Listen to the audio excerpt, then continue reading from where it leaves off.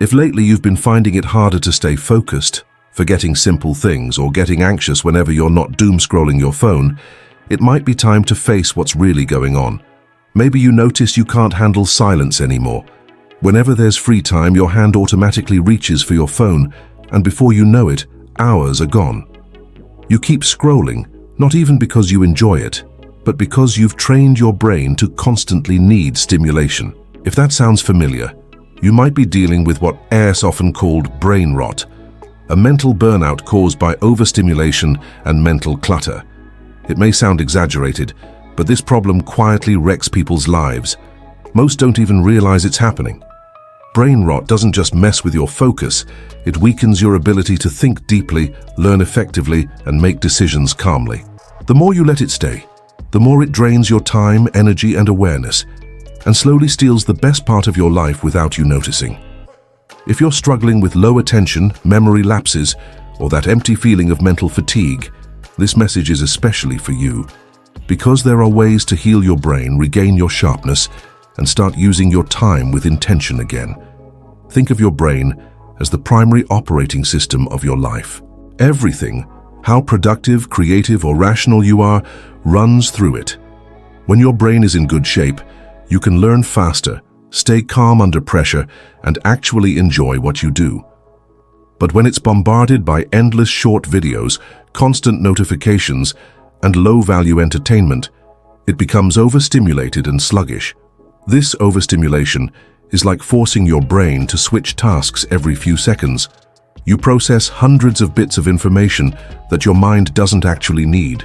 Over time, this leads to cognitive fatigue, that heavy, foggy feeling in your head that makes it impossible to think straight.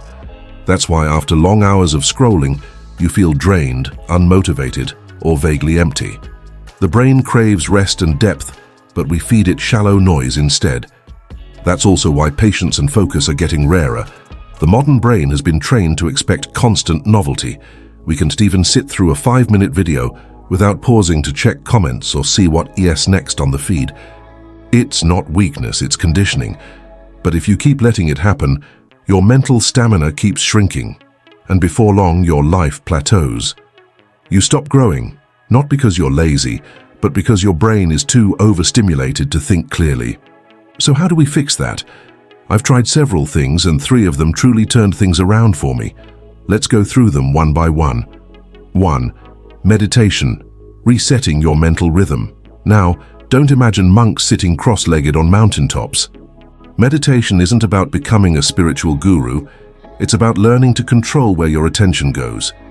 Every major religion has some form of meditation woven into prayer, reflection, or silence, even if it's not labeled that way. The type that works best for focus recovery is mindfulness meditation. Scientifically, it helps calm overstimulation and rebuild neural focus. I started practicing it a year ago, and the difference in mental clarity has been striking. I don't lose my train of thought as easily, and my patience has improved. Here's the simplest way to understand it. Mindfulness is the act of being fully aware of what you are doing in the current moment. For example, you're listening to my voice right now. Your attention is right here. That presence, your awareness being synchronized with your action, is mindfulness. To practice, choose a single thing to focus on. It could be your breath, a sound, or even the physical sensation of your fingertips touching. Set a timer for 5 to 10 minutes and focus just on that.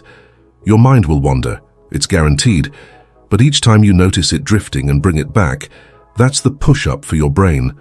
Don't get annoyed when you lose focus. That's part of the training. Over time, this cycle, focus, drift, refocus, rebuilds your brain's ability to sustain attention. It's deceptively simple, but massively powerful. 2. Reading. Upgrading your mental hardware. I know, reading sounds like a chore to many people today. We've gotten used to quick dopamine hits, and reading demands effort.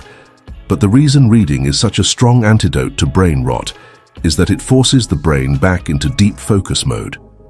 When you read, your brain has to visualize, analyze, and connect ideas over long stretches of time. Those mental operations are what short-form content has been eroding. Reading regularly rebuilds those pathways. Neuroscience backs this up. Studies show that consistent reading strengthens neuron communication and increases the density of white matter in the brain, which is basically the network that connects different brain regions. Stronger white matter means faster cognition, better logic, and sharper comprehension. There is even research from Carnegie Mellon showing measurable growth in white matter after just 6 months of regular reading. That's how profound the effect can be. Think of books as weightlifting for your brain.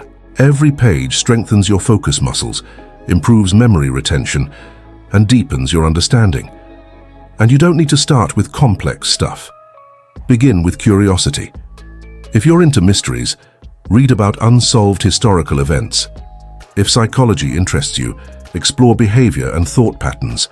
What matters is that you read something that makes you want to turn the next page. That curiosity is what keeps the habit alive, not discipline alone.